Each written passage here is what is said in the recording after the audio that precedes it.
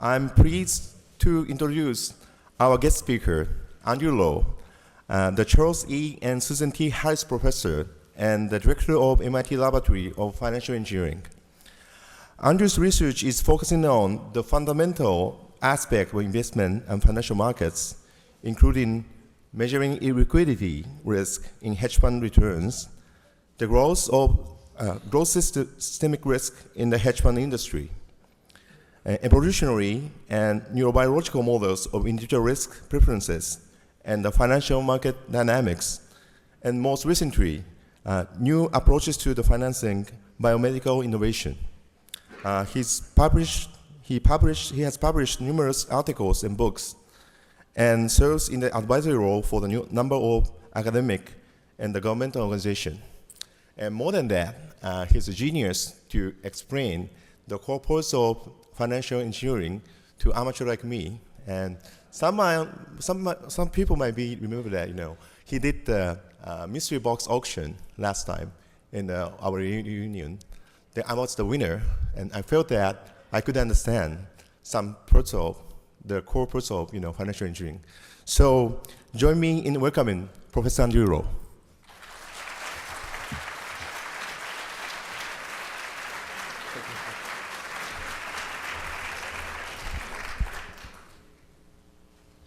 Well, I'd like to start by thanking Shin for that very generous introduction. And I want to thank all of you for coming here today. Faculty give lots of talks over the course of the year, but an occasion like this is really a pretty special one for a variety of reasons. First of all, we always enjoy participating in alumni events because the incredible amount of energy that is associated with it. I don't know whether it's an MIT thing or a Sloan thing, but in all of the alumni events that I've had the pleasure and privilege of participating in, I've just gotten a lot more out of it than I think I've given. And so I really appreciate the opportunity. But even among these opportunities, today is a special event because, of course, we're celebrating the 100th anniversary of Course 15. And this is my 25th year here at MIT, so I'm in the quarter century club, but all of you are in the century club. It's really quite an astonishing achievement. It's particularly special for me because I really feel grateful to be part of this franchise that was created 100 years ago and that I got to participate in 25 years ago. It's got particular meaning for me, and I think many of you will identify with it because unlike all of you who are alumni of this great institution, I wasn't. But I almost feel like I was because the reason that I got into the career that I did was because of MIT. I was a graduate student in economics at Harvard University in the economics department. And yes, well-deserved, I might add. And in my first year as a graduate student, I became really disenchanted with economics. And it was because, as an undergraduate, I was really interested in science and mathematics and really got hijacked into economics by a couple of fantastic teachers who really got me to think that you could change the world through economics, that science and math were great, but that there were some wonderful things about the social sciences that could move mountains. So I was expecting to be involved in all of these terrific things and learn all of these ideas that would help us to reshape the economy. And as an undergraduate, you learn some pretty simplistic toy models. The mathematics was pretty trivial, but the applications seemed kind of interesting, even if a little bit removed from reality.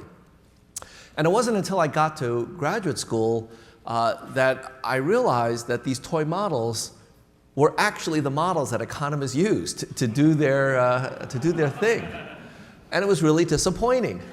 There are all these jokes that I heard as a first-year graduate student from the upperclassmen. Things like if you took all the economists in the world and you laid them end to end, they'd never reach a conclusion. Or that Harry Truman, when he was president, asked for a one-armed economist as an advisor. And when asked why a one-armed economist, he said, so this way, the fella can't say on the one hand, but on the other hand. And it wasn't until the end of my first semester at Harvard that I realized that these weren't jokes. And So I got pretty discouraged, and by the end of the first semester, I actually had filled out my application for law school and had registered to take the LSATs. And then one of my high school classmates, who happened to be a student at MIT, she suggested that I sit in on a course taught by some business school professor. It was about finance. And at first I thought, finance, you mean like balancing your checkbook? And she said, no, it's a little different than that. You should take it because she said, I know you like mathematics and I know you like applications, so I think you'd like this class. And this particular professor, he's really quite good. Very energetic, very charismatic. And I said, fine, what's the guy's name? And she said, well, his name is Merton, Robert Merton. So like a number of you, I took 15415 in 1981. It was the spring semester, which at that point, 15415 was a 2-semester course. You had to take both semesters to get credit. You got 1 grade for both semesters. It started in the spring. And so I took the class. And after the first class, I was really hooked. I thought this was a fantastic subject. I really got to learn more. And I decided to take the course for credit. And after 3 or 4 classes, I decided that this is what I want to do for the rest of my life. And this finance professor, this is the guy I want to be. He's the role model. And for many of us, many of you, you had the same reaction. And so you can understand how special it is for me to be standing before you as a finance faculty at the Sloan School celebrating its 100th anniversary. As far as I'm concerned, the franchise that all of us enjoy was built by people like Bob Merton, Paul Samuelson, Stu Myers, Fisher Black, Myron Scholes, the whole host of pioneers of modern finance. And my colleagues and I, that came later, we're the beneficiaries. We're riding on the coattails of these incredible giants. And so it's really a privilege for me to be part of that. And over the course of the last 7 years, as Dave Schmidtlein has come and become dean, he's really transformed the finance group, and we really owe him a great debt of gratitude for what he's done.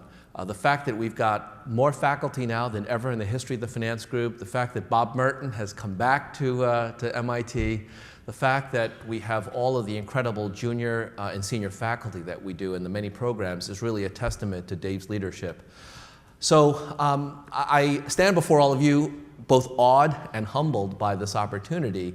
And I want to tell you a bit about some recent research that I've been working on to try to live up to that incredible franchise that has been built by all of these giants of modern finance.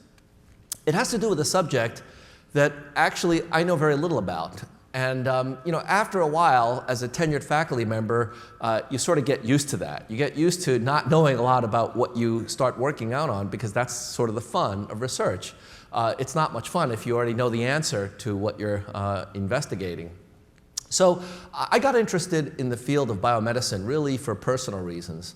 Over the course of the last few years, a number of friends and family have been afflicted with cancer.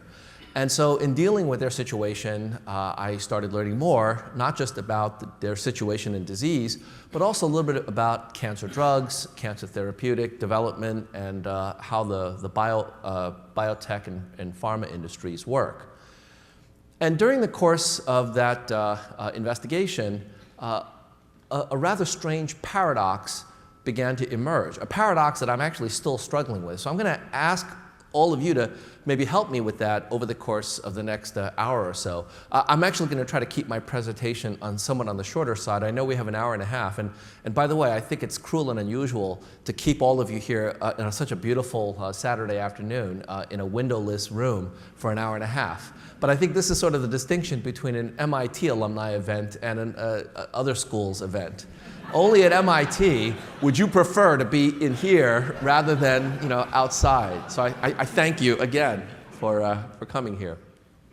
One of my colleagues from another university, he was a bit jealous about this, so he said, wow, gee, what a bunch of nerds, sticking around in the afternoon listening to you lecture. And I said, do you know what you call a nerd in 10 years? And the answer is boss. So thank you, and thank you to all of you. So let me tell you what the paradox is, and I'll ask for your help. Over the course of just the last 10 years, we've made tremendous breakthroughs in our understanding of the molecular basis of disease and how to deal with it. Starting in 2001, we developed a drug called Gleevec by Novartis. This was the first generation of drugs that was designed from the ground up with an understanding of the molecular biology of the disease, in this case, leukemia. And it was approved, and over the course of literally a matter of months, people who were dying from leukemia now were able to live a normal life with a chronic but manageable condition. In 2004, another designer drug, Avastin, was approved.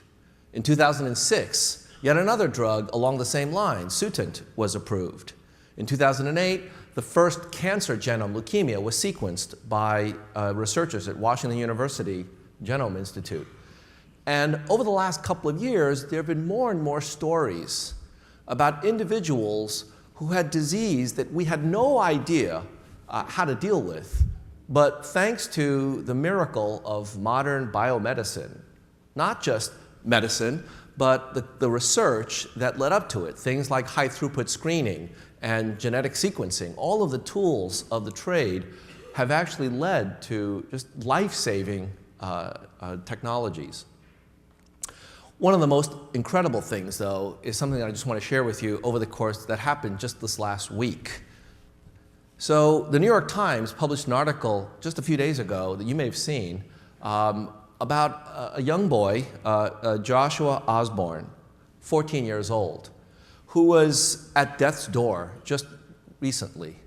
It turns out that he had an autoimmune deficiency that nobody really understood. You know, he had fevers, chills, aches, and he was in the hospital 3 times over the course of 4 months. And they tried all sorts of things, but they couldn't figure out what was wrong with him. And it got to the point where his brain started to swell, and they actually had to put him into a medical coma because he was seizing, and he would have died if they hadn't. This young boy was in a coma. They didn't know what was going on, and so they decided to enroll him in an experimental therapy where they took some of his spinal fluid and they just sequenced the DNA, not knowing what they were looking for, and searching through all sorts of different databases for anything that could correlate with any little bits of DNA fragment in his spinal fluid. And they found something. They found out of 3 million different unique sequences, 475 of those sequences actually matched that of a bacteria, leptospirosis. It's a bacteria that they actually had screened for, but the screen came negative. But this was 475 sequences out of over 3 million. So we're talking about not just a needle in a haystack, but what these scientists did was that they identified the needle in the haystack and they found out where it came from and who owned it, and they were able to match the fingerprints based upon genetic screening. So they gave him an antibiotic for this bacteria, and within a few days he was fine and went home, and within a few months there was no more trace of this bacteria in his entire body. This is an experimental treatment. It doesn't exist yet for the masses, but it saved this boy's life, and it was published just this week in New England Journal of Medicine. This is what our scientists can do today. Now, what's the paradox? The paradox is that over the course of the last 10 years, if you look at the investment rate of return in the biotech and pharma communities, it's been mediocre at best. From January 2012 to 2002 to January 2012, the large pharma companies have had a compound annual rate of return of about -1%.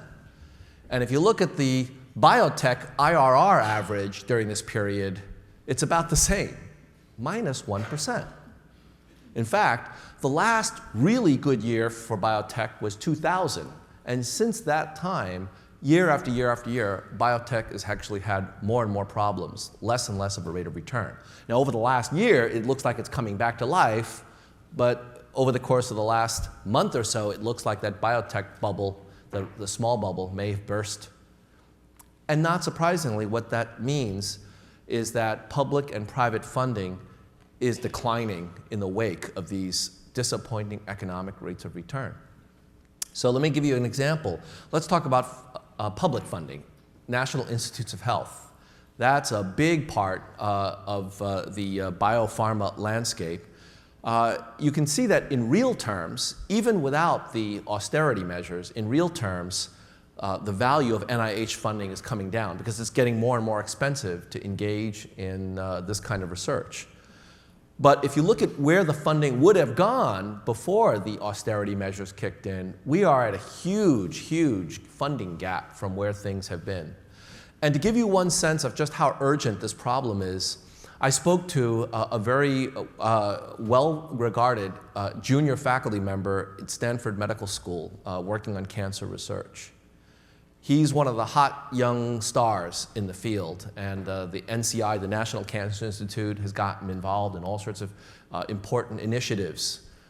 And I received a phone call from him recently asking me for some business advice because he got an offer from a company, a biotech company, to leave his post so that he can go help them make fake eggs.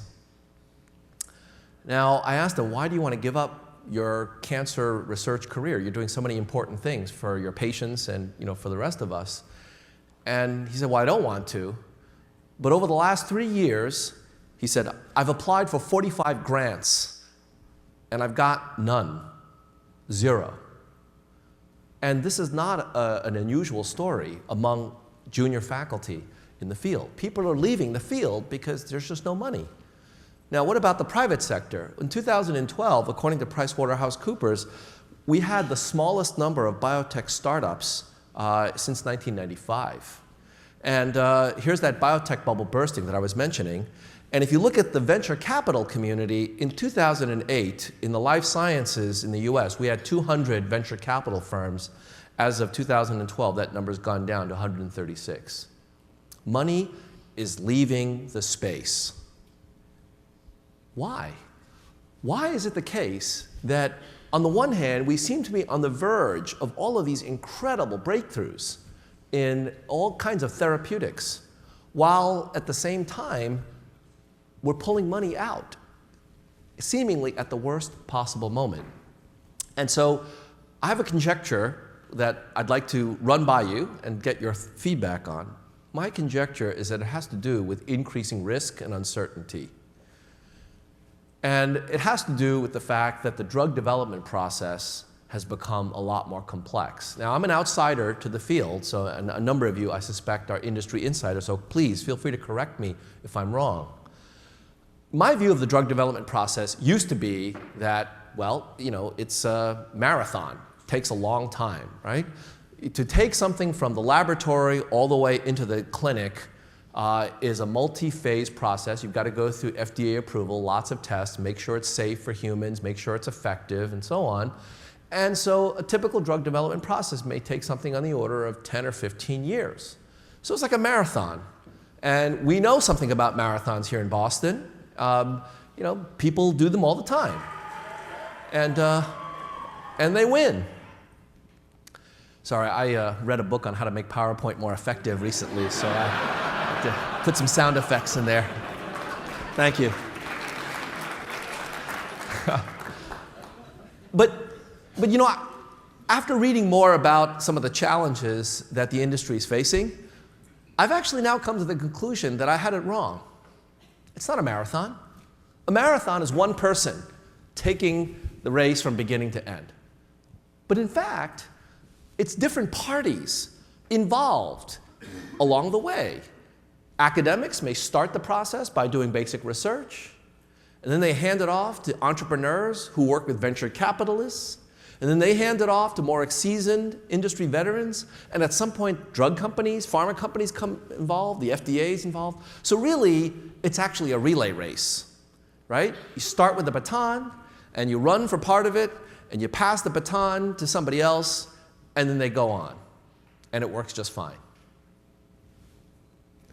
But the problem is it doesn't work just fine, because lately what's happened is that relay race has now become a much, much longer sequence of marathons. But we don't have marathon runners running each of the legs. So the runners that we have, they're getting tired, and they're basically not passing off the baton. In fact, they're dropping the baton. Right, I think that's the end of the sound effects. So we're in a situation where a lot of very valuable therapies, potentially valuable therapies, are not being developed because of lack of resources. And the question, again, that we have to answer is why this is the case. Why now? And so I want to quote to you something that was written by an industry insider about the challenges of drug development. Everywhere I look in the pharmaceutical industry today, I see increasing complexity and uncertainty. Whether I am considering healthcare reform, the emergence of the generic drug market, therapeutic substitution, or even currency fluctuations, I see both volatility and risk. As finance professionals, therefore, we must not only manage the risks that lie at the core of our business, such as the inherent risks in drug research, but also hedge or otherwise manage the risks we don't want to retain, like the currency risks associated with doing business in 40 of the countries in which we operate. In addition, we must plan for and attempt to deal with the changes that healthcare reform will bring to the market. To date, the risks and rewards in pharmaceutical research have mostly balanced out. In general, the returns the industry has realized on R&D have more or less equaled our cost of capital. As I look to the future, however, I see the marketplace dynamics changing, and that jeopardizes the delicate balance we have achieved. Does anybody recognize the author of this statement? This was said by Judy Lewent, the chief financial officer of Merck, in January of 1994. 20 years ago, she wrote this. And evidently, she was right. Not only has that delicate balance been upset, but it's been upended. Because since 1994, we've sequenced the human genome, we've developed high-throughput screening, we've created all sorts of complexities that have made the opportunity set much richer. But it's also made the economic challenges and risks much, much greater. The fact is that as we have gotten smarter, the business risk of drug development has actually gone up. And this really was counterintuitive to me. Usually, when I think of getting smarter, I think that risks go down, right? The more you learn about a particular stock or a company or a situation, the less is your risk. Why is it the case that with drug development, the smarter you are, the harder it gets? Well, think about this one example. Suppose you develop drugs the old-fashioned way, which is you take a chemical compound, you try it out on everybody who has the disease, and maybe it helps 10% of them, and maybe it kills 1% of them, and that's a good drug, and you approve it. Now, everybody who has the disease buys that drug, hoping that they're part of the 10%, praying that they're not part of that 1%. Now, thanks to the human genome sequence that we've developed and all of the various different techniques we have for creating molecular biomarkers and being able to determine whether or not certain treatments are going to be working for you, we can tell in advance whether or not you're part of that 10%. And so if you have the right genetic marker, then you can take the drug. And if you don't have to, and you don't have to worry about being part of that 1%. That's wonderful. Except that what we've just done is to kill 90% of the market for that drug. Thank you very much. And so the complexity of drug development coupled with how drugs are paid for makes it much, much more difficult now to be able to predict the outcome of these kinds of projects. And if you add to that the patent cliff, the fact that a number of very big blockbuster drugs are going to be and have been expiring. In fact, this year alone, these drug companies, Sanofi is going to be losing $8 billion in patent protection. Novartis will be losing $7 billion in patent protection, and so on. All of these additional complexities, coupled with the financial crisis and its aftermath, what that means is that the risks have never been higher, and as a result, the traditional methods for financing drug development, private equity, venture capital, public equity, namely pharma companies, those are no longer the ideal methods for financing. And it's really that the funding is declining, not despite of, but in some cases because of better science. So what my co-authors and I would like to suggest, and what we've been working on in our research, is to use financial engineering to deal with that kind of risk. Because one of the things that finance is good at is making trade-offs between risk and expected return.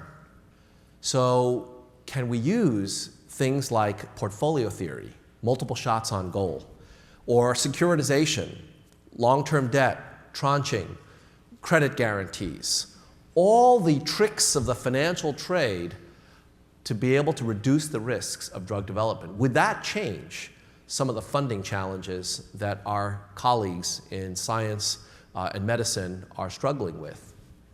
Now, before you, ask me how, I suspect you're wondering, securitization, isn't that the stuff that figured prominently in the financial crisis?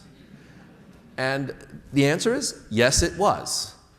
And I'll admit that at first I was a little bit reluctant to go down this path because, of course, financial engineering has had a bit of a hit on its reputation. And by the way, this is one of the reasons why I'm so grateful for Dean Schmidtlein. Remember, Dave came on board as dean 7 years ago. So that was right in the midst of the financial crisis. In fact, the worst of it hadn't even hit when he took the job. And yet, he didn't fire all of us. The finance group is still here. And not only that, throughout this crisis, he's been incredibly supportive of everything that we do. And that actually takes a lot of courage and conviction to be able to defend finance in 2008, 2009, 2010. That's not easy. So I'll admit that I was a bit reluctant, but really it was because of the financial crisis that I started thinking along these lines. And let me explain to you why. So, I'm not going to spend too much time on the crisis. You've probably heard more than you ever want to hear about it from many, many lectures, a number of which, were at MIT. So let me just give you one slide that summarizes the basic point and why it is that I got to thinking along these lines. So the way I summarize the financial crisis is with this very simple chart, which is a chart of US home prices from 1890 to 2012. Now this is an aggregate index that averages home prices across all of the United States. And it's a real index in the sense that it takes into account inflation. So these are in constant dollars. And you can see that population has grown during this period of time. So you would expect that housing would become a more important part of our economy, not surprisingly. But what about the price level of homes? Let me show you what it looked like from 1890 to the peak of the housing market in 2006.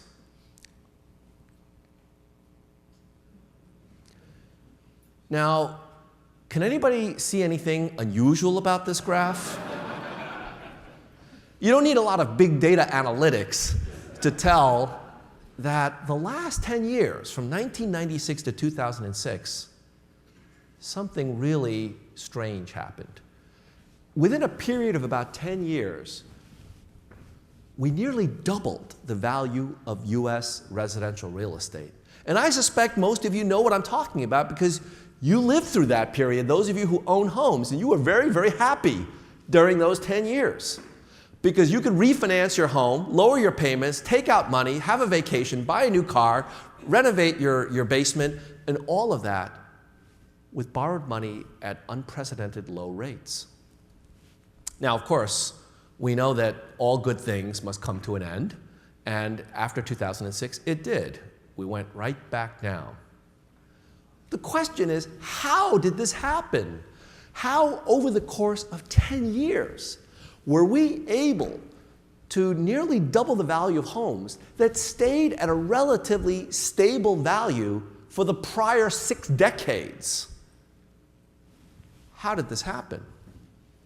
And there are many answers to this question. It's complicated at one level, but actually the answer is not that complicated at another level. Let me show you another chart that will tell you the story about how it happened. So this is a chart that will tell you how much US mortgage-related debt was issued in each year from 1996 to the present. Mortgage-related debt is not just home mortgages, but all of the fancy alphabet soup of securities, the CDOs and the ABS and RMBS, all of the packaged securities that were issued with mortgages as their underlying assets. How much was issued year by year? Well, in 1996, as a base of comparison, we, the people, issued about $500 billion, $497 billion of mortgage-related debt in 1 year, 1996, okay? 7 years later, that number turns to $3 trillion. In 2003, that 1 year, we issued $3 trillion of mortgage-related debt. What could possibly go wrong here? And how did this happen? Well, it happened through the miracle of financial innovation. We developed all sorts of wonderful securities that allowed people who previously had nothing to do with lending out money for buying homes to now participate in this terrific business. We created collateralized debt obligations, residential and commercial mortgage-backed securities. And for those people who were really too worried, too scared, too conservative to get into this game, we said, you know what, we understand. And therefore, we're going to make it really safe for you. We're going to give you credit default swaps. And we're going to actually protect it by getting insurance from a really well-established insurance company. I don't know, how about AIG? And so we grew tremendous amounts of assets poured into US residential real estate, which is why when Paul Krugman was asked around this time how to characterize the US economy, he said, oh, it's very simple. We just buy and sell each other homes using money borrowed from the Chinese. That was it. And by the way, this hasn't gone away. Thanks to all sorts of government programs and the Home Ownership Society and financial engineering, all of these things are still with us. Fannie Mae and Freddie Mac are still here to stay. And if you ask how this could have happened, again, I won't go into a long description of it, but a quick summary about how this could have happened really has to do with who benefited from this. And in alphabetical order, if you list all of the parties that benefited from rising home prices, low interest rates, easy money for mortgage lending and borrowing, the answer is everybody benefited. Not to the same degree. I'm not saying everybody's equally at fault, but we all benefited to some degree from this incredible period of growth. A rising tide lifts all boats. That's how something as massive as the financial crisis could have occurred to us. It's because we all benefited along the way. We were all feeling no pain until, of course, all of the chickens came home to roost. I think it was Warren Buffett who pointed out that a rising tide may lift all boats, but it's only when the tide goes out that you can see who's swimming naked. And apparently, a lot of people were swimming naked.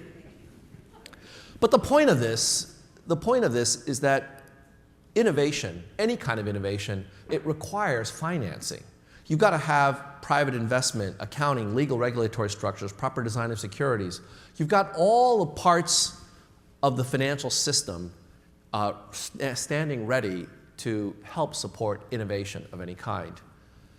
But the most important of all is you've got to have the right incentives. If you've got all the incentives lined up, if everybody is pulling in the same direction, amazing things can happen. Amazingly good things and amazingly bad things can happen. Now, our friends in the brain and cognitive sciences, they tell us that there are two ways to incentivize people, and that is with fear and greed. The problem is that you can't stay fearful for very long. If you live in a state of fear, you will die. Greed, on the other hand, is very sustainable.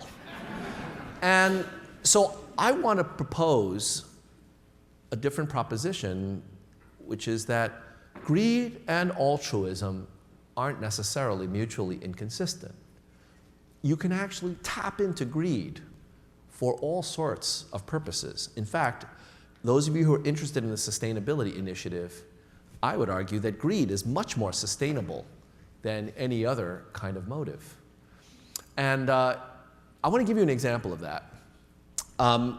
When I take a look at this graph here, and I look at what happened between 1996 and 2006, I now no longer think of this as how stupid were we as a society buying homes we didn't need, using money we didn't have.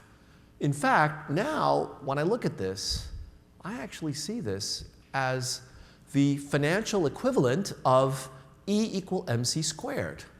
Because what this tells me is that there is tremendous power locked in financial markets, which if we can only tap and unleash, enormous things can happen. In some cases, enormous bad things, like nuclear detonation. And by the way, I think it was Warren Buffett who also said that derivatives are financial weapons of mass destruction. He wasn't wrong, except that he forgot to mention that if it's true that derivatives are financial weapons of mass destruction, first of all, that would make Bob Merton, Myron Scholes, and Fisher Black the equivalent of Albert Einstein. So put that out there. But it would also mean that you can use this terrible power for good. You can actually tap into nuclear energy and unlimited resources for doing all sorts of things if you know how to wield this. And so what I'm going to argue is that we can take these financial weapons of mass destruction and turn them into unlimited sources of energy. And let me show you how. So here's an example. It's an investment problem. Since I don't know much about biomedicine, I'm an investments person. Let me give you an investment problem and ask all of you to tell me what you think about this, okay? So I'm going to pitch an investment to you. And to make it personal, I'm going to pitch it not just for your money. I want you to think about investing your children's or grandchildren's or your parents' savings, okay? So this is really personal now from your perspective. Here's the investment that I want you to consider. It's a project that's going to cost $200 million today. So you have to give me collectively $200 million for this project, and I'm going to take it on. And it's going to take 10 years for me to work on the project before you see a single penny of any kind of return. So don't call me for 10 years, okay? But at 10 years, I'll tell you either I have something or not. And if not, then I give you nothing in return. But if I do have something, the probability that I have it will be about 5%. Okay? How many of you would be willing to invest your parents' or your children's money in this? Wow, that's depressing. Now, usually when I'm teaching my MBA students, one person in the room will raise her hand and say, well, Professor Lowe, you didn't really tell us what the rate of return is. Most people don't even dare to ask because they don't care. With a 5% success rate, they don't need to know what the rate of return is. But for the sake of argument, let me tell you what the rate of return is. What I've just described to you is the back of the envelope numbers for what it costs to develop a single cancer compound from beginning to end. And there's a 5% success rate for oncology, given historical data. But if you are so lucky as to find and get approved an anti-cancer agent, a typical annual profit for that would be about $2 billion a year. $2 billion a year. And by the time you get it approved, you've got about another 10 years of your patent protection period left. So what we're talking about is a 5% chance of getting a project that will give you cash flows from years 11 to 20 of $2 billion a year. Now, how many of you would invest? Well, let me show you what you're looking at. With a 5% probability, you're going to earn 51% rate of return on your $200 million investment over the 10-year period that you're investing. Because the way I got that, just to be clear, is $2 billion a year from years 11 to 20 gives you $12.3 billion in NPV using a 10% cost of capital in year 10. So $200 million in year 0 and a 5% probability of $12.3 billion in NPV in year 10, or 95% probability of nothing. So that's what it looks like. And for my finance students who are always looking to apply their quantitative framework, which we taught them, let me tell you what the expected return and standard deviation is of this investment. This investment has a 12% expected return with an annual standard deviation of 423.5%. Now, how many of you would like to invest in this? Yeah, nobody. This is not an interesting investment. It's way too risky for not enough return. And it's not even about the return. At some point, given the risks that are so high, you're just never going to get the return. At least it feels that you're never going to get it. So what's the point? Do you understand now why money is leaving the space? It's because it's getting risky. It's not that the return isn't there. If you can cure any kind of cancer, believe me, there's more than enough money for all of you and your shareholders and your backers. But that's a pretty big if. 5% in oncology, and in some other disease groups that I'll talk about in a few minutes, it's even less. Well, we know from finance that diversification can help. So multiple shots on goal, the hockey analogy, or taking lots and lots of bets and pooling them together. What if we, instead of investing in one of these, we invested in 150 of them? Now, why would you want to do that? If you don't like one, why would you want 150 of them?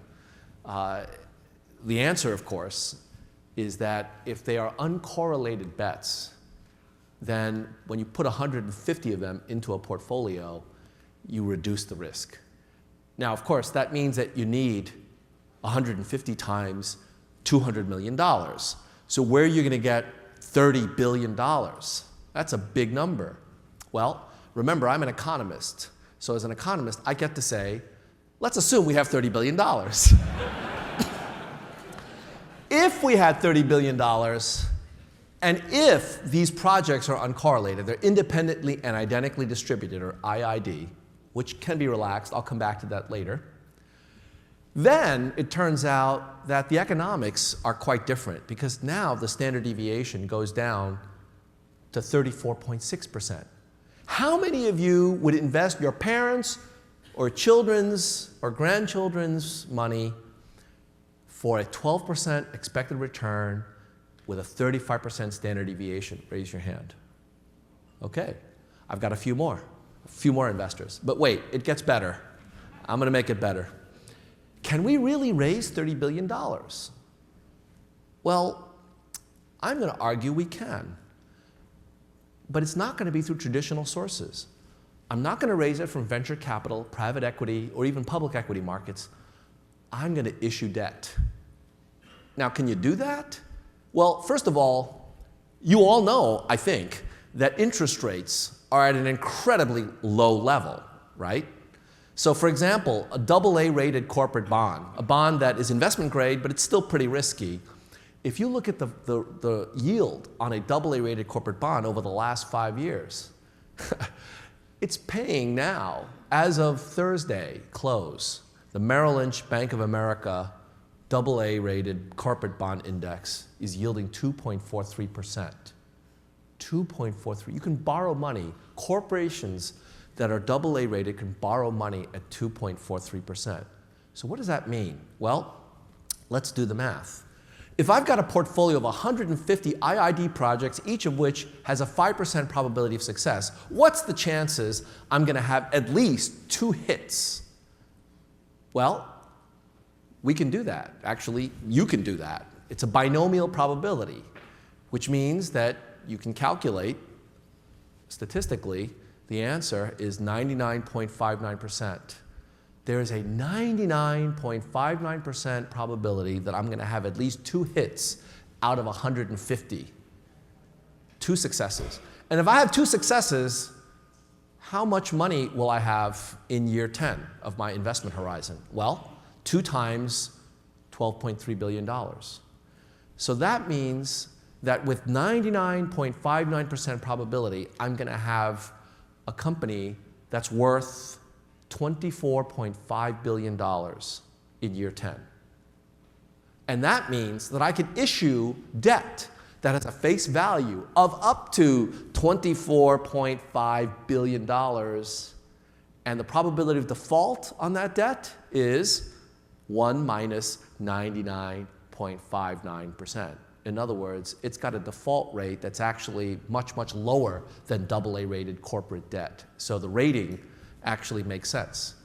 And at 2.43%, what that tells me is that I can raise today over $19 billion. So I've already got nearly 2/3 of my $30 billion without having gotten anything from any of you. I can just issue bonds. And if you allow me to use all of the tricks of the trade, so collateralized debt obligations, tranching, third-party guarantees, all sorts of other tools, I can do even better than this. The money is there. Now, you might think that, this is a pipe dream, so along these lines, let's continue dreaming. How would this work? Okay? Well, we know that the drug development process is a lengthy and risky process, right? You start with a compound and you go through these various different phases of the clinical trials process. And sometimes, you're in phase 1 and, it works out and, or it doesn't work out and you withdraw and you sell whatever you have left. But in case it does work out, you go to phase 2. And if it works out, you go to phase 3. And if it works out, you get it approved and you've got a drug. Imagine if you did 150 of these. And sometimes you would actually get drugs approved, sometimes you wouldn't, and you don't know where it's going to end up, but along the way you sell compounds and you're effectively trading on these kinds of research and intellectual property. What that means is that you generate a cash flow. And so in finance, what we care about is the cash flow. So what if you took that cash flow and you securitized it by setting up various different tranches? You take a pile of money now in exchange for ownership of a pool of intellectual property. We're not talking about starting a pharma company. We're talking about creating a portfolio of ownership interests in intellectual property. And now the cash flows from the sales of these compounds along the way will pay for the various different interest payments. And of course, at the end, what you're hoping for is that big payday, right? That's how it ought to work. Does it work this way? Well, the short answer is we have no idea. It hasn't been done. But if you run a simulation, which is what we've done in a couple of published papers, my co-authors and I, Jose Maria Fernandez, who was a Sloan Fellow student, Roger Stein, a fellow who used to be at Moody's and now he's at State Street, and we published a paper a couple of years ago in Nature Biotech where we took data on cancer compounds from the Tufts Center for Study of Drug Development and Deloitte Recap, and we simply simulated what a large fund would look like if you were using these kinds of methods. We had a senior tranche, a junior tranche, an equity tranche, and we were talking about $5 to $15 billion and 733 cancer compounds, all of them, the winners and the losers. And what we found was really quite shocking. We found that you could pay a 5% senior tranche coupon, 8% junior tranche coupon, and then the equity tranche over a variety of simulations would earn expected rates of return of between 9 and 11%. Now, those rates of return aren't all that attractive to a venture capitalist, but they do have a great deal of attraction to pension funds, sovereign wealth funds, foundations, and endowments. And by the way, if any of you are interested in the software, we actually wrote the software in MATLAB and R, and we posted it on our website with an open source license. Anybody can take our software, run it, modify it, steal it, do whatever you want with it. We want people to try this out for themselves. Try this at home and see whether or not these numbers make sense. Because we're not experts in biomedicine, but we want the experts to start thinking differently. So is this realistic? Well, let me tell you a little bit about what we've learned over the course of the last couple of years in talking to experts in the field. First of all, let me talk to you about the financing part, and then we'll talk a bit about the science part. Is there capacity from the investor pool? Can you really raise $30 billion? Again, I don't know, but here's some thoughts. First of all, keep in mind that when you start talking about issuing bonds, we're talking about a whole different pool of capital. This is why the financial crisis was built up in the course of 10 years. It's because we tapped into a much, much bigger pool of capital than traditional bank loans for mortgages. The size of the US bond market in 2012 was $38 trillion. $38 trillion. Now you see why in 2003, when we issued $3 trillion of mortgage-related debt, that sounds like an insane amount of money.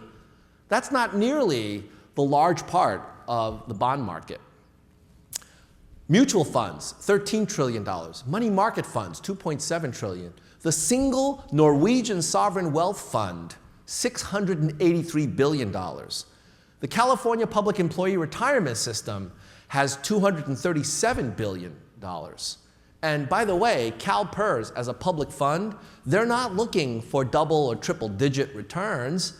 Their target return is 8%, at least it was until a couple of years ago, and they cut it down to 7.5%.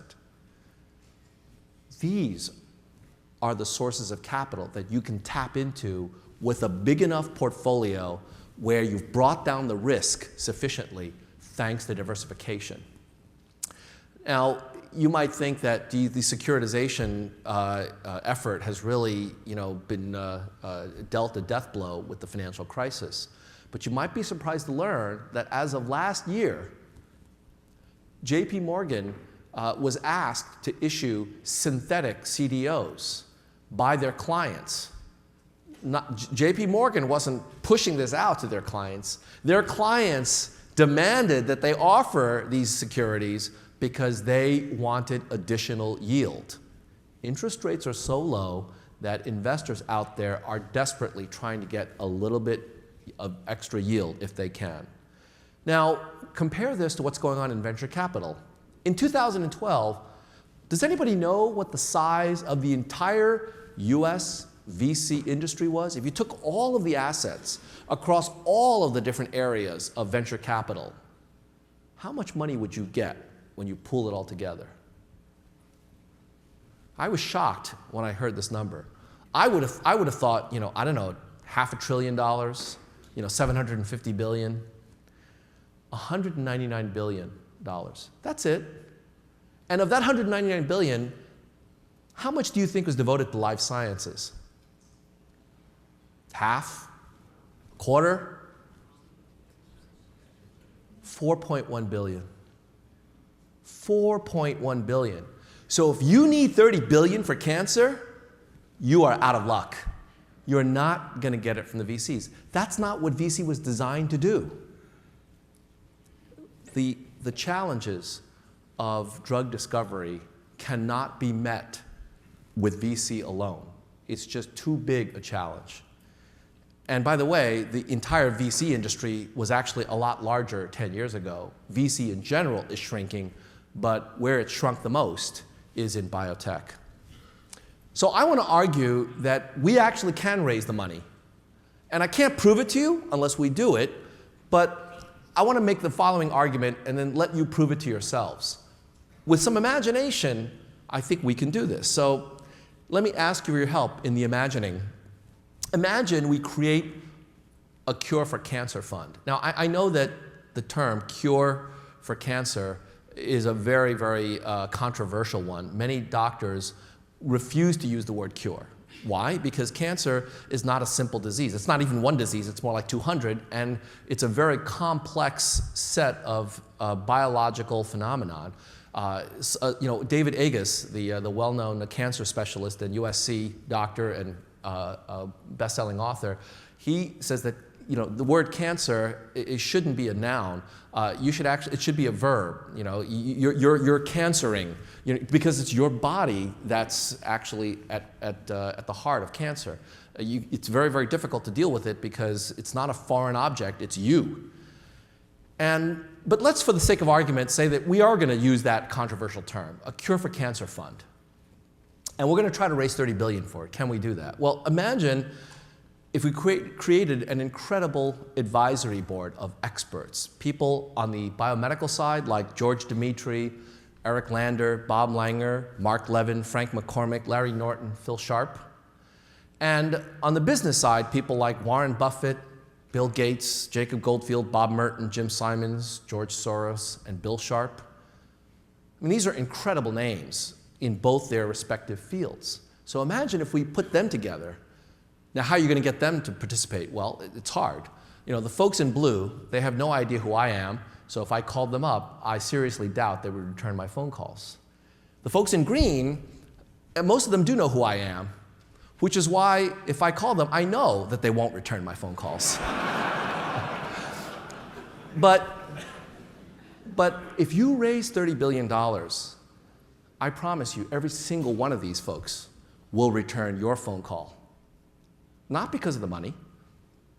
The folks in blue, they couldn't care less about the money. They're not motivated by money. The folks in green, they have all the money. They don't need your money. But if you raise $30 billion, you can actually make a difference. That's why they'll return your phone call, and that's why they'll participate, because with that kind of money, with this kind of an effort, you can actually make a difference. Now, let me ask you another question about raising the money. Let's suppose that we're going to raise it from all of you. How many people would be willing to invest $3,000 of your 401k or your parents' savings or your children's college fund? How many of you would be willing to invest a one-time investment of $3,000 in a fund like this with these people involved for a 10-year period? Raise your hand. Look around. Look at the number of hands that are raised. I only needed 8% of you to say yes, because 8% of 130 million US households at $3,000 a pop is more than $30 billion. So you've just proven to yourselves, we have the money. We have the money. The question is, do we have the vehicle? And think about corporate pension funds, foundations, endowments, insurance companies participating as well. In fact, one of these organizations would view this as a business hedge to their business risk. Anybody know who that would be? Insurance companies. Insurance companies offer annuities. Annuities are basically bets. They're betting you're going to die sooner than later. And so they can hedge that bet in one of two ways. They can either invest in carcinogens to try to kill you off sooner, or, politically more correct, they can invest in the cure. And now, imagine government tax incentives, credit enhancement, Fannie Mae and Freddie Mac for cancer. Now, I know this is a very, very loaded kind of a suggestion, because Freddie Mac, Fannie Mae have not worked out well. But we should keep in mind that all of us collectively agreed to the ownership society. Both Republicans and Democrats voted to have these kinds of subsidies. And it's because at the heart of it, we do feel that home ownership and making homes more affordable is a worthwhile thing. We don't want to take it too far, and clearly it did go too far. But it went too far not because the tools didn't work. It went too far because these tools worked way too well. These are powerful tools. So let's use them more responsibly for things that we really care about.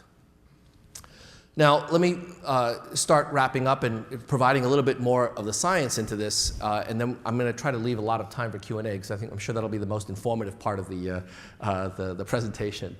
Do we really need 30 billion? Well, it turns out that it depends. It depends on the particular portfolio that you're trying to construct. For oncology, we believe that that's the order of magnitude that you need in order to get over to the finish line of curing cancer in some significant ways. But in a recent paper that my co-authors, David Fanyan, Austin Gramatsky, and then Fernandez and Stein, we published just a few weeks ago in Drug Discovery Today, we actually show that if you focus on a different set of diseases, orphan diseases, then you actually need a lot less money in order to reduce the risk and generate a valuable return for investors. So what is an orphan disease? According to the 1983 Orphan Drug Act, an orphan disease is a disease that afflicts 200,000 people or less in the US. And there are some really, really ultra-rare diseases. And then, of course, there are other diseases that satisfy that definition, but are diseases that we deal with every day. For example, breast cancer. It used to be the case that breast cancer was one disease. It affects 230,000 new women every year. But it turns out that because of the magic of genetic screening and high throughput drug development, what we're able to do is to turn breast cancer into something like 15 different diseases. And the disease that was treated with a drug called Herceptin, that's actually been approved under the Orphan Drug Act. It's considered an orphan drug because it affects 200,000 patients or less. Well, it turns out that because orphan diseases have very different properties, they tend to be smaller patient populations, lower cost to develop a drug, higher success rate because by definition, if it's an orphan disease, it's pretty unusual. You can usually identify some kind of a genetic basis for it, and the success rate tends to be higher. All of those reasons suggest that actually, if you had only $575 million, you can actually generate a portfolio of 10 to 20 of these diseases and create double-digit investment rates of return for your investors. That's what the simulations show. So we actually think that this whole concept of a mega fund, this $30 billion for cancer, you don't need $30 billion for all kinds of mega funds. It just depends on what the underlying is. For orphan diseases, far fewer. It turns out that the amount of capital that you need is determined by a bunch of parameters. The cost per shot, the probability of success, the duration of the trials. But one of the most important parameters that it depends on, where finance experts have nothing to say about it, and where scientists have everything to say about it, but they don't really know how to say it, is the correlation of success or failure among the various different shots. That's really where we need a lot of collaboration. Finance and biomedicine, if they could collaborate on this one topic, could actually make tremendous headway. And it turns out that with orphan diseases, there's a very natural result that we've been using in our analysis, which is that by definition, because many of these orphan diseases are rare genetic mutations, they're random. So the probability of success for drug discovery for one orphan disease is likely to be very low correlation with the probability of success of another one. And so there, the power of diversification really comes into play. Now, precision medicine has tremendous risk reduction benefits as a result of this basic idea. And let me just illustrate to you what I'm talking about. So this notion of precision medicine is really to try to target therapy towards you, just you, or maybe a small subset. So imagine if we have all of us out there, and in the past we tried drugs on everybody that has a disease, and that's really where you get problems because of the side effects and lack of efficacy. But what if we can identify subpopulations of individuals with certain characteristics that happen to be correlated with either the disease or the therapy for the disease? Like Herceptin, if you have a certain genetic mutation, as unfortunately Angelina Jolie did, then her probability of developing breast cancer shot up from about 12%, which is what it is for the typical US female, to something like 55% because she had that mutation, and because she has a family history, it was more like 85%. So with the right kind of diagnostics, we can actually take this patient population and divide it up into all sorts of different categories. And if you can do that, what are you doing? you are creating diversification for your drug discovery approach. You're actually dividing and conquering the entire set of potential therapeutics that you could develop. And from a financial perspective, that is fantastic because that allows you to reduce the risk of failure. Let me show you some math. This would not be an MIT presentation without a little bit of math. So here we go. This is the probability of at least n successes in 150 trials with a 5% probability of success per trial, assuming a variety of different correlations. So first, let me show you no correlation. That's the case that I just gave you with the back of the envelope. So this red line is at the number 2. So what I'm calculating is the probability of 2 successes or more out of 150 trials with no correlation. And that's what the curve looks like. That's why, remember I said 99.59% probability of at least 2 successes? That's where I got that number from. I read it off of this curve. What if instead of 0 correlation, there was correlation among the successes and failures of these different cancer targets? Well, if the correlation is 10%, then the probability of at least 2 successes goes down a little bit. The correlation is 40%, it goes down even more. And if the correlation is down at 80%, the probability of at least 2 successes goes down to 30%. What's going on here? Well, it's pretty straightforward. Actually, this was brought home to me in a very personal way by a friend of mine who was coaching his 8-year-old daughter's soccer team. He said that when you're coaching 8-year-old kids in playing soccer, the first thing that you have to explain to them is for everybody to not crowd around the ball. You do not want to be where the ball is. You want to get out there in different parts of the field where the ball will be. If everybody stays by the ball, it doesn't work. A correlation of 80% is where we're all huddled around the same ball. And when you do that, the probability of success goes down dramatically because we're dealing with a very complex phenomenon with multiple mechanisms. Now, here's the orphan drug case. Suppose you only had 20 shots. If you had 20 shots and you want to know what the probability is of at least 2 successes, well, it doesn't look so good, even if they're uncorrelated. But that's when the probability of success is 5%.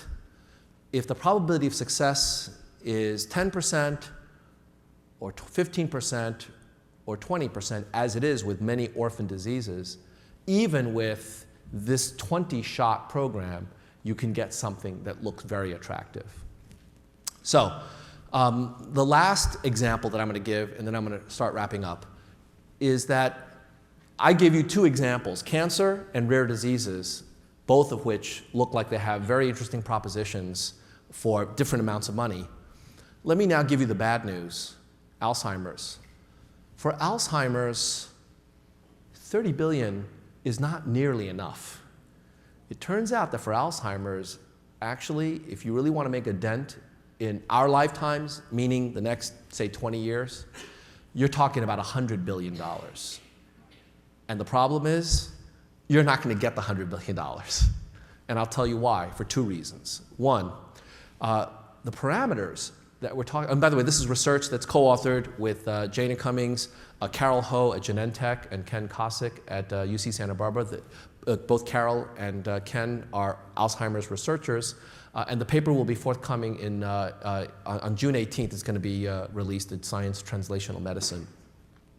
In this paper, we use a different set of parameters that are dictated by Alzheimer's. And those parameters are that it takes 13 years to develop a successful Alzheimer's drug, not 10, because you need to start a little bit earlier, follow your patients longer, and it's a longer process. It doesn't take $200 million in out-of-pocket costs. It takes about $500 million in out-of-pocket costs because typically for Alzheimer's, you've got to do more expensive testing. For example, you've got to do brain imaging. You've got to get the patients to the site, bring them back. They're elderly, so there's more care involved. So it's much more expensive than developing a chemical compound for cancer. And the researchers tell me that the probability of success is actually less than 5%. They weren't even willing to say that. They just didn't know. They just said, we're so early in this, we just don't even know. And even if you were able to get the kind of money that you would need to reduce the risk, even if all of these parameters were appropriate and calibrated, it turns out that we actually don't know how to spend the money. Because right now, we don't have 150 shots on goal. For cancer, we do. For Alzheimer's, we don't. In fact, in the paper, I actually had to strain the credibility of these two Alzheimer's researchers in forcing them to come up with as many different shots as they could. And you know how many shots they came up with? They came up with 64. And I asked them, how many shots are actually being pursued today? The answer, 1.5. It's a beta amyloid hypothesis and tau. And as a result, we don't have enough of the basic science developed yet to be able to do this the way we can in oncology. And you know, there's an interesting corollary to this, which is that you would expect that the private sector wouldn't touch this with a 10-foot pole. Now, that's not to say that there aren't Alzheimer's drugs under development in industry. There certainly are. But those developments are far and few between, and actually they haven't been all that successful because it's a really complicated problem. So by comparison, let me show you some interesting numbers. Last year, there were 11 new cancer drugs approved by the FDA. 11. 3 of them just for breast cancer alone. Anybody know how many Alzheimer's drugs have been approved last year? How about over the last 10 years? How many new Alzheimer's drugs over the last decade? 0. None. In 10 years, we have not had an Alzheimer's drug approved. There are only 4 Alzheimer's drugs on the market today, none of which do anything for the disease. They relieve some of the symptoms, but they do nothing for the disease. And this now gets to the last point I want to make, which is about investing in basic science. We have a ton of low-hanging fruit in cancer. There are lots of targets for cancer, lots of mechanisms, lots of pathways. Why? Well, in 1971, President Nixon declared war on cancer. And he followed through with an increase in the budget for the NCI, as well as direct reporting to the president by the head of the NCI on a regular basis, as well as all sorts of cancer centers set up around the country, as well as many other things that have gone through to develop the basic research of cancer biology to create all of the targets that we have today, including, by the way, the Human Genome Project. Remember, in 1971, we'd had no idea that it would be possible to sequence the human genome. It was just still a glint in various people's imaginations. What about orphan drugs? Well, the Orphan Drug Act of 1983 did a lot to spur on the focus on orphan drugs. And again, because a lot of these orphan diseases are pediatric cancers and that are rare genetic mutations, we can actually rely on much of what would happen as part of this cancer drug development framework. What about Alzheimer's? With Alzheimer's, well, we've declared a war on Alzheimer's in 2011 with the National Alzheimer's Project Act, but so far that has led to very little in the way of any increase in budget. In fact, the budgets have gone down. There has been a brain initiative launched by the president last year. That's $200 million, which pays for a small fraction of even one particular trial for a drug for Alzheimer's. So we've got a ways to go. And this really provides a clear indication of why government funding is so important.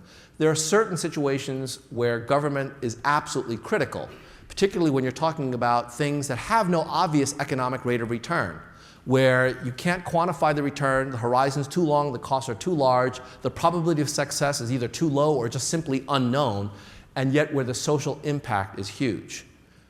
The market failure here, why the government needs to be involved for Alzheimer's in a way that it may not be for other diseases, is because the private sector is just not able to justify investing because we don't know what kind of return we're looking at. In finance, we have the Sharpe ratio, risk over reward. The fact is, reward over risk. The fact is that right now for Alzheimer's, there's no way for the private sector to get a decent reward. So we're not going to get the funding unless the government is able to help with that.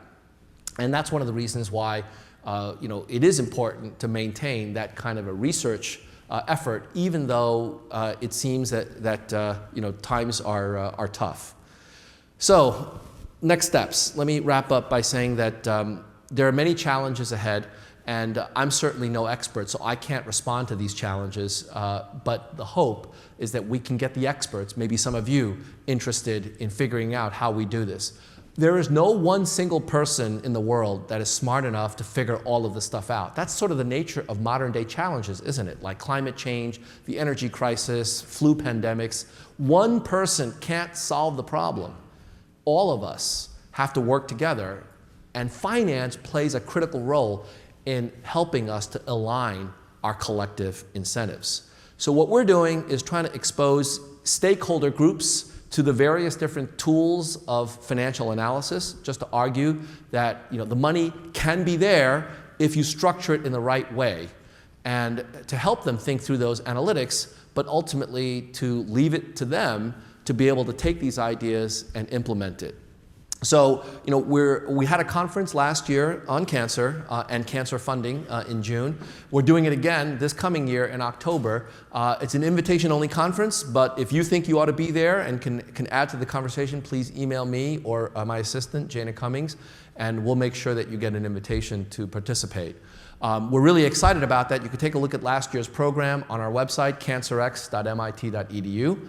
And this year we're going to be doing it again, but probably now focusing on progress that's been made over the course of the last 12 months. A lot of things have started to happen now as a result of these conversations that we've begun, and so we're really grateful for that. So let me conclude by pointing out that we have had this war on cancer, and there's been a debate as to whether or not we're winning or losing that war. I'm not qualified to tell you what the answer is to that. I have no idea. But I can tell you as a financial economist that war is the wrong metaphor, because war is based on fear and hatred, and you can fear for a short period of time. It'll get you to move, but that's not sustainable. As I said before, instead of declaring war on cancer, let's put a price tag on its head. All right? Greed works a lot better than fear. With sufficient scale, we can actually do well by doing good. Finance does not have to be a zero-sum game. And I realize that to those who are dealing with cancer, either themselves or with loved ones, this is a very controversial perspective.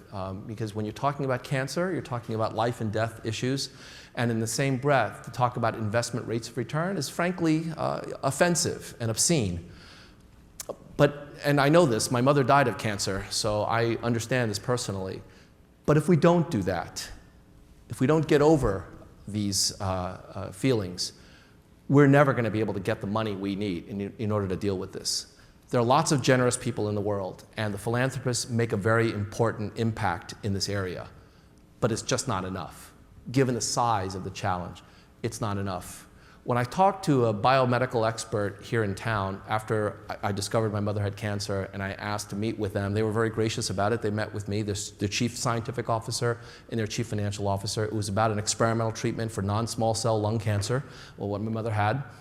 And so I remember talking to this pair of individuals at a very successful biotech startup here, and I asked them, does your financing have any kind of influence on your scientific agenda? And the two of them chuckled, looked at each other knowingly, and they turned to me, and the CFO said, influence? Our financing drives our scientific agenda. It drives it. And I have to tell you, from a patient's perspective, from an outsider's perspective, from a financial economist perspective, to have the financing drive your scientific agenda sounds like the stupidest thing in the world. Because what does stock market volatility, interest rates, and the availability of short-term financing have to do with whether or not you can cure cancer via angiogenesis or immunotherapy? nothing, then why are we letting it happen? Shouldn't the science drive the financing? I mean, if you need 10 years to tackle a problem, shouldn't you get 10-year financing instead of 3-year financing? And so the hope is that with all of you working together with us, thinking about it in a different way, we actually are going to be able to do that. We're going to be able to take back finance and use it as a means to a different end. Thank you.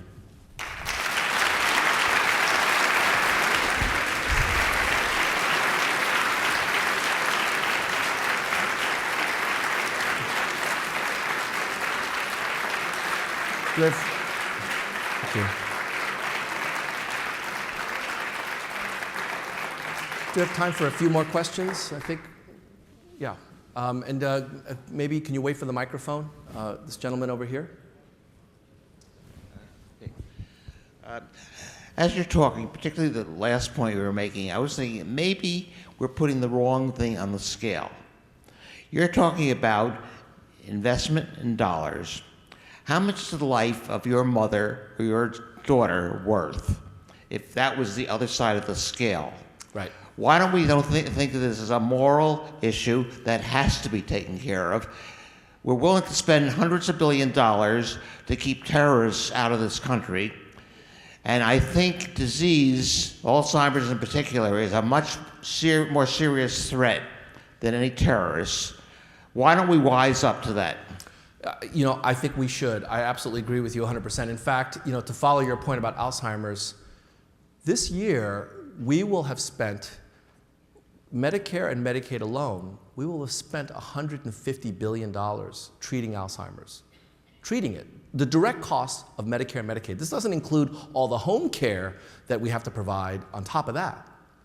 And it is dollars and cents. People dying is absolutely dollars and cents. And I think we need to start thinking in those terms more rationally. I mentioned that the financial crisis is what got me to thinking about these things. At first, $30 billion seemed like a big number to me until we wrote a check to General Motors for $40 billion. And we wrote a check of $120 billion to AIG. And any number of tens of billions. We were writing checks like it was going out of style. And did we really think through those decisions? We didn't. We reacted emotionally. And I'm not arguing that those were necessarily bad decisions, but I wonder whether we would have made the same trade-offs had we been presented with all of the options, including, would you like to cure prostate cancer or pancreatic cancer? If you're willing to give me $10 billion, I know some folks down the street that might have a cure for you. Would you be willing to make a bet on them rather than something else? We weren't presented with that choice. And what I'm hoping to do with the research that we're doing is to make those choices black and white so that our policymakers, and hopefully us as voters, we can decide. What price do you put on the life of your daughter? Well, infinite. But the fact is that the federal government puts a price of a life at about $7 million. The statistical value of a life is $7 million. So. You're right. If we started putting those numbers in our calculations, we might actually get some very different answers. Yes? With a fine presentation like you gave us, I would think that it's necessary and mandatory that you get these very wealthy people like Gates and so on to put up maybe come up with their inner group for 50% of it, and then open the window to another tier of investors and go with a big thrust with let's say, the wealthy group and report progress along the line, and then come down to people like us that have a strong sensitivity about doing something on these diseases. Yeah. But is it that difficult to get a core group of people like Zuckerberg and people like that to come up with a basketball team? It may not be difficult for others. It may be difficult for me to get in front of them as an economist. But I take your point, and it would be wonderful to get individuals like those involved, not just because of their money. My ideal person for running a mega fund, and certainly I'm not volunteering given that I have neither the expertise nor the credibility. My ideal person to run a cancer mega fund, one that I know will succeed and will have the right kind of focus on practicality, is Elon Musk. I think he'd be terrific. I don't know him. I've never met him, but I'm hoping at some point he'll get bored of SpaceX and then he'll decide to move on to the next thing. But that's an example of an individual that could be incredibly transformative. We're looking for that person. Yes? So, Andrew, I saw you lecture maybe 2 or 3 years ago on this very topic. And as a follow-up to this gentleman's point, assuming you have 150 independent variables and each one, if they were successful, would lead to $12 billion, what have you seen are the flaws in the plan? Because it seems so self-evident, yet there must be some people out there saying, well, the math is wrong, or this doesn't work, it wasn't worthwhile, or something. You know, I think that we have gotten a lot of very positive feedback, but we've also gotten some very constructive feedback about issues that we need to think about. And the biggest issue is who's going to run the thing. This is really complicated stuff. And so it's very hard to manage 150 projects. In fact, for those who are in the venture capital community, managing 10 or 20 projects can be pretty challenging. How do you manage 150? And the short answer is simple. I have no idea. But I do believe that it is possible. And the reason I believe it's possible is because we've managed complex projects like this in the past in other domains. And so we have to develop new business organizations to be able to do that. But I believe that it's worth the effort to try to figure out whether or not it's possible. I think that's the biggest challenge. The scientists all believe that they've got 150 shots. Actually, they believe they have more than 150 shots. But then the question is, who's going to be the person to run it? That's why I'm throwing the ball towards Elon Musk's direction, because he may not know how to do it, but he knows how to figure out the right people to get in order to figure out how to do it. Well, one more question, given we're running out of time. Yes? I think a wonderful topic and a great presentation, so thank you very much. The point that I would like to talk about is that you talked about 150 compounds to begin with. If we combine a lot of the venture capitalist funds in the area, I mean, right around here, many of them have portfolio companies, and each portfolio company has many compounds in them. So if we collect them all together, I'm pretty sure they're going to come very close to 150, right? So one of the things is, the point that I would like to make is that there are situations where we can see that there is that large number of compounds, and yet they're not essentially solving the problem that we're talking about. That's number one. And number two is about the money. Why are we really talking about a large fund like 30 billion? We know that the research is a stage gate process. So it doesn't really require every single compound to go through the entire process of development, which means that it is much lesser amount. So so let me take those two questions in turn. First one, take all the venture capital portfolios and you have 150 of these or more. That's true, but there is a very big difference between having a lot of these venture capital funds versus having them all collected in one fund, and it's because of diversification. Venture capitalists are limited by how much money they can deploy based upon the limited partners that are willing to give the money and how long they're willing to lock it up for. And so the scale of venture capital is designed not to be $10 or $20 billion. It's designed to be a few $100 million or a few billion at best. And so you don't have that scale because the venture capital limited partners aren't willing to provide that scale, and the venture capital community hasn't been designed to provide that kind of management. On the other hand, if you think about having a portfolio of a large number of these projects, what you end up getting is much lower risk, and then you can actually finance it differently. You're not necessarily throwing away the expertise of venture capitalists. What you're throwing away is the venture capital business model. The business model, people have said in the VC community that the business model is ideally suited for developing software. It's not ideally suited for developing drugs because of the nature of the risks and the handoff process. So these are from venture capitalists telling me, and the reason that we have fewer and fewer biotech VCs. The second question, sorry, can you just repeat it and make sure that why do we need $30 billion? Well, so the way that we got the number was obviously just from the math of what does it cost to develop a compound. The $200 million, you're quite right. In many cases, you may not spend it all the way because you're going to stop it after phase 2 or whatever if it turns out to be a problem. But the reason that we want the $30 billion all up front is because we want to have the staying power to be able to offer later stage development when it comes. So an example of this is a drug called Velcade. It's a drug that is a multi-billion-dollar blockbuster for Millennium Pharmaceuticals, now owned by Takeda. Velcade is a drug that actually got wiped out twice before. It was started out as a biotech initiative. The equity holders got wiped out. It had to be sold. And a second set of equity holders, they bought it, it got wiped out, and then it was sold ultimately. And then it was developed into a huge success. The fact is that along the way, you've wiped out investors one at a time because they couldn't afford to stay with it for the next 3 or 4 years. They wanted their money now. The impatience is really what's driving this. And if you've got the $30 billion, you change the dynamic of drug development because now you've got that patience, the wherewithal to be able to focus on that. And so it really changes the incentives for the drug development process in ways that people tell me who are insiders in the industry, they tell me that that could be a huge game changer. By the way, you should know that pharma companies, they have $30 billion in cash right now. If you look at the balance sheets of the largest pharma companies, they do have the cash. So why don't they use it? Well, there's a reason why it's in cash. The reason it's in cash is to offset the volatility of their existing R&D. Because shareholders are telling the pharma companies, your earnings are too volatile, you're too risky. We want our dividends, we want our share prices to go up, reduce your volatility. So pharma companies are being told what to do by the shareholders, and they're doing it. They're reducing their R&D. They're never going to get out of it, but they're reducing their R&D effort in order to increase their share prices.